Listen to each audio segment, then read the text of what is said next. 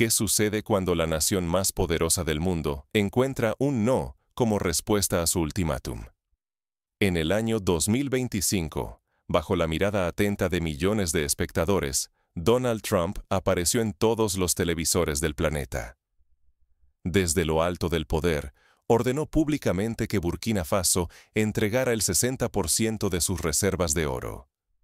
La petición era una orden, transmitida en vivo, que convertía la soberanía de un país africano en mercancía y su precio en un capricho extranjero. Mientras las cámaras capturaban el momento, el mundo contuvo el aliento. África ardía de indignación.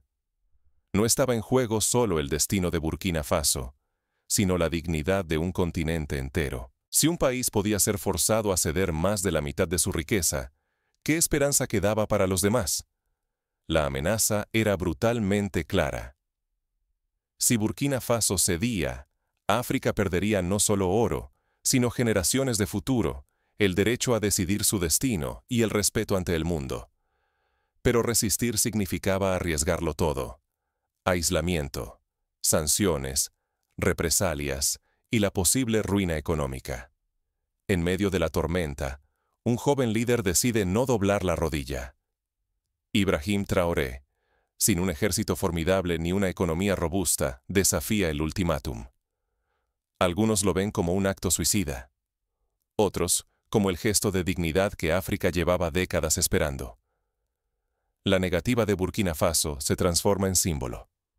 No se desafía solo a una potencia, sino a siglos de reglas impuestas desde fuera. ¿Puede una nación africana, pequeña y vulnerable, enfrentar al poder global y cambiar el juego? Para comprender cómo Burkina Faso llegó a este punto de quiebre y por qué la dignidad de África entera se juega en este pulso, es necesario volver atrás y recorrer el camino que llevó a este desafío sin precedentes. Detrás del desafío de Traoré hay una historia de luchas, traiciones y sueños truncados. Para entender el presente, primero debemos mirar al pasado de Burkina Faso y sus cicatrices. No fue una reacción impulsiva. La lucha por el oro comenzó años antes del ultimátum que estremeció al mundo. Para entender el desafío de Burkina Faso, hay que retroceder hasta los años entre 2023 y 2025, cuando el país decidió tomar su destino económico en sus propias manos. Durante ese periodo, Burkina Faso lanzó una ofensiva histórica para recuperar el control de sus minas, explotadas durante décadas por corporaciones extranjeras. Fue una jugada calculada y peligrosa, impulsada por la convicción de que la riqueza del subsuelo debía servir a su pueblo, no a intereses foráneos. La joya de la corona era la mina Essakane, responsable de casi la mitad del oro nacional. Cuando las Fuerzas Armadas asumieron el mando, los beneficios dejaron de fluir hacia accionistas lejanos y empezaron a financiar escuelas, hospitales y carreteras en el país. Por primera vez, el oro se traducía en aulas llenas y centros de salud abastecidos, no solo en cuentas bancarias extranjeras. Pero Burkina Faso no actuó en soledad. Junto a Mali y Níger, formó la Alianza de Estados del Sahel, una unión que iba mucho más allá de la defensa militar. Esta alianza era un mensaje claro. Los países del Sahel exigían total autonomía sobre sus recursos, desde el oro hasta el uranio y el petróleo, valorados en decenas de miles de millones de dólares. Unidos, buscaban romper el ciclo de dependencia impuesto desde el exterior. La respuesta internacional no tardó en llegar. Un informe confidencial filtrado poco después expuso los planes de Estados Unidos para apoderarse del oro burkinés, incluso considerando un cambio de régimen si había resistencia. El mensaje era brutal. El control de los recursos africanos seguía siendo una prioridad absoluta para las potencias extranjeras. Ante este escenario, nacionalizar las minas y desafiar a actores globales implicaba riesgos enormes. Intervenciones militares, sanciones económicas, aislamiento. Burkina Faso sabía que su desafío lo convertía en blanco de represalias, pero también que ceder significaba perder dignidad y el derecho a decidir su futuro. La verdadera respuesta de Burkina Faso al ultimátum no fue solo económica, fue ante todo una afirmación de identidad y dignidad, una decisión que resonó mucho más allá de sus fronteras. La tensión crecía y el mundo observaba, esperando la reacción de las potencias. Era solo el comienzo de una crisis que pondría a prueba la voluntad de todo un continente. Ante la amenaza planetaria, Ibrahim Traoré no titubeó. El oro de Burkina Faso no está en venta. Aquella frase, lanzada al mundo ante millones de ojos, separó aguas en la historia africana. El gobierno reaccionó de inmediato. Ordenó el despliegue militar más grande desde la independencia, para proteger las minas cruciales, sobre todo Essakane, el verdadero corazón dorado del país. De forma simultánea, cortaron todo canal digital con empresas extranjeras. Los sistemas de monitoreo y transferencia, antes operados desde el exterior, quedaron mudos. Así, Burkina Faso recuperó el dominio físico e informacional de su mayor tesoro. La defensa no fue solo de soldados. Las calles se llenaron de estudiantes, mujeres y ciudadanos unidos como nunca. Las universidades se volvieron núcleos de resistencia. Las plazas, escenarios de solidaridad inédita.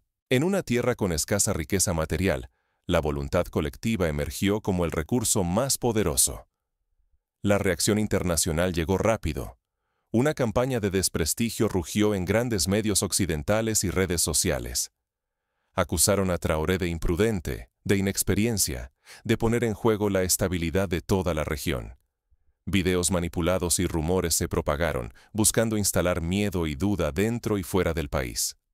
Pero el efecto fue opuesto.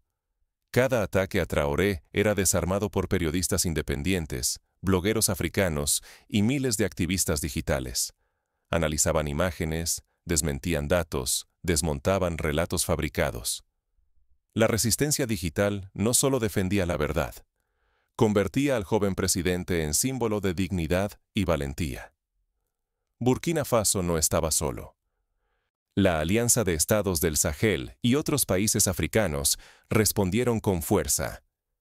Si tocan a Burkina Faso, nos tocan a todos. El respaldo se materializó en asesores militares, especialistas logísticos y equipos de comunicación cruzando fronteras. Se tejieron redes de información y se blindaron rutas de transporte del oro, desafiando décadas de división y dependencia. En días, la narrativa tradicional perdió terreno.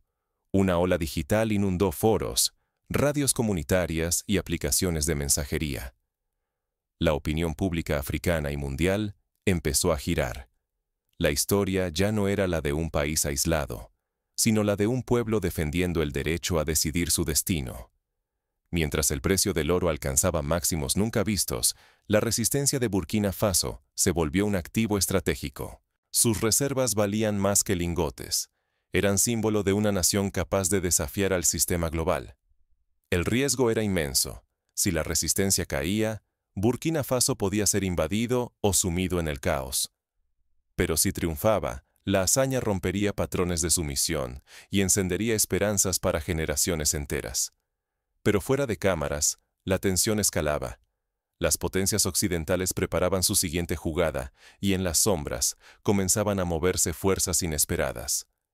¿Estamos viendo el nacimiento de una verdadera emancipación africana o solo el cambio de amo bajo nuevas banderas? Tras la negativa de Burkina Faso a ceder su oro, el tablero africano se sacudió. China dio el primer paso. Propuso refinar el oro en suelo africano, cortando por primera vez en la historia la ruta de Londres. No solo subió el valor del oro local, sino que envió un mensaje claro. África podía romper cadenas centenarias de servidumbre económica. Rusia, por su parte, apostó por otro enfoque. No exigió bases ni concesiones, sino que ofreció protección cibernética y asesoría militar. Los sistemas críticos, centros de datos y defensas pasaron a manos de expertos rusos, con la promesa de blindar la soberanía digital y militar de Burkina Faso y sus aliados. Pero la pregunta que atraviesa calles y redes africanas es urgente. ¿Estas alianzas traerán independencia real o solo una nueva dependencia disfrazada de oportunidades? La juventud, en foros y universidades, exige transparencia, visión a largo plazo y garantías de que no se repetirán los errores del pasado. En un acto sin precedentes, el Parlamento de Burkina Faso nacionalizó por completo las minas de oro. Cada diputado votó a favor. El aplauso fue unánime. Por primera vez, la riqueza subterránea dejaría de enriquecer a extranjeros para convertirse en motor del desarrollo local. El eco fue inmediato. Nigeria, Sudáfrica y Kenia lanzaron debates sobre la soberanía de sus recursos. Las portadas de los periódicos cambiaron. Del pesimismo al orgullo, de la desconfianza al desafío. Millones siguieron cada sesión parlamentaria, conscientes de que lo que sucedía en Burkina Faso podía repetirse en todo el continente. Sin embargo, el riesgo es inmenso. Una elección equivocada podría reemplazar un poder hegemónico por otro, condenando a África a un nuevo ciclo de dependencia. Analistas y líderes comunitarios advierten: la independencia solo será real si las decisiones se toman con visión africana, no por presión externa. El verdadero poder de este momento va más allá de leyes y contratos. Es una narrativa que ya transforma la mirada global sobre África. De víctima pasiva a protagonista soberano, capaz de defender su dignidad ante cualquier potencia. Pero mientras el mundo observa, las fuerzas tradicionales no están dispuestas a ceder sin luchar. Los próximos movimientos pondrán a prueba la determinación africana y la profundidad de este cambio histórico. Cuando la dignidad se convierte en la moneda más codiciada, el tablero mundial se sacude. La respuesta de Burkina Faso al ultimátum de Donald Trump fue mucho más que un simple acto de rebeldía. Marcó el nacimiento de una nueva narrativa africana, tejida con orgullo propio y desafío. Solo hicieron falta 43 segundos para que el discurso de Ibrahim Traoré incendiara los titulares y las redes en todos los continentes. Sus palabras, tan firmes como un disparo, redefinieron el concepto de soberanía. El oro de Burkina Faso no está en venta. Ese instante se viralizó, convirtiéndose en símbolo para millones que vieron en él la dignidad transformada en resistencia activa. La reacción internacional no tardó en golpear. Gobiernos occidentales lanzaron amenazas de sanciones, pero desde las calles de Bamako hasta los barrios de Dakar, la gente respondió con movilizaciones espontáneas. Artistas pintaron murales en muros desvencijados, músicos grabaron canciones urgentes, y el hashtag África Despierta se multiplicó a cada minuto. La batalla ya no era solo política. Ahora se libraba en la cultura, en las calles y en el pulso de la sociedad. Este episodio desató un debate global sobre el derecho de África a decidir su destino. Por primera vez en décadas, el mundo discutía abiertamente el final de una era neocolonial. Una pregunta empezó a arder en los foros y en las sobremesas. ¿Puede un país pequeño decir no y mantenerse en pie, o está condenado a obedecer reglas extranjeras? Lejos de aislarse, Burkina Faso se transformó en faro e inspiración. La llamada Doctrina Traoré comenzó a estudiarse en universidades africanas y europeas. Sus frases se repiten en asambleas estudiantiles, se pintan en pizarras escolares y se gritan en manifestaciones. De pronto, la pequeña nación del Sahel se convirtió en el epicentro de una conversación urgente sobre orgullo y autonomía africanos. Esta nueva postura de resistencia obligó a multinacionales y potencias a recalcular sus riesgos en el continente. Lo que antes parecía seguro, ahora cargaba un costo reputacional y logístico imposible de ignorar. Pero el cambio más profundo no vino de fuera, fue interno. El pueblo burkinés, junto a buena parte del continente, redescubrió su propio valor y una unidad largamente postergada. Sin embargo, toda victoria simbólica tiene sus sombras. El peligro de represalias más severas persiste, pero el impacto de este acto ya es irreversible. Ha comenzado una era en la que la autoestima colectiva puede valer más que cualquier mina de oro. La cuenta regresiva terminó, pero el verdadero significado de este desafío apenas comienza a desplegarse. Falta ver si la inspiración se convertirá en acción duradera, y si el ejemplo de Burkina Faso será suficiente para prender una transformación en todo el continente. Ahora, con el futuro en vilo, África observa y decide si la chispa burkinesa puede prender una llama continental. El reloj avanza. Las consecuencias de este acto resonarán mucho más allá de sus fronteras. Si Burkina Faso pudo enfrentarse a las potencias más poderosas del planeta, ¿qué podría lograr tu comunidad si se atreviera a decir basta? Esta no es una pregunta vacía. Es una invitación urgente a repensar quién define las reglas sobre nuestro presente y nuestro futuro. Lo ocurrido en Burkina Faso trasciende la historia de un solo país africano. Es el espejo de una batalla global por la dignidad, la soberanía y el derecho fundamental a decidir. Cuando Donald Trump, en septiembre del año 2025, exigió más de la mitad de las reservas de oro nacionales, lo que estaba en juego no era solo un metal precioso, era el respeto a la humanidad y la autonomía de todo un continente. El rechazo de Burkina Faso tuvo consecuencias inmediatas. Desató una ola de solidaridad, debates y resistencia digital que cruzó continentes. Personas de todos los oficios, desde universitarios hasta campesinas y jóvenes conectados en cibercafés improvisados, transformaron ese no en un grito colectivo que se escuchó en cada rincón de África, y mucho más lejos. Pero la historia no terminó ahí. Las narrativas chocaron, en las redes, en los medios, en conversaciones clandestinas. Desde oficinas remotas se fabricaron campañas de descrédito, pero no lograron silenciar la determinación de una sociedad que, con recursos limitados, decidió apropiarse del relato y desnudar cada mentira.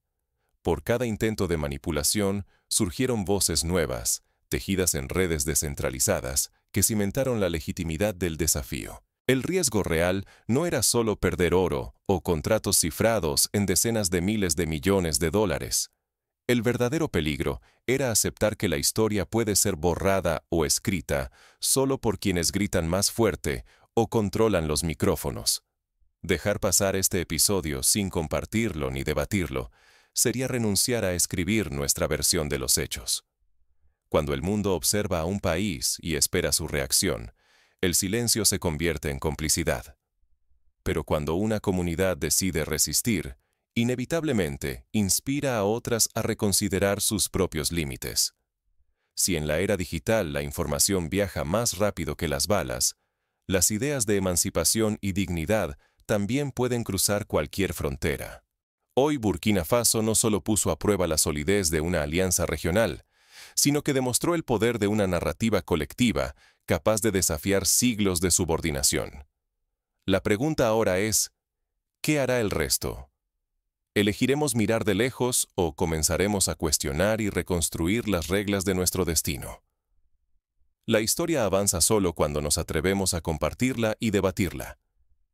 Ignorar estos cambios es dejar que otros decidan por nosotros.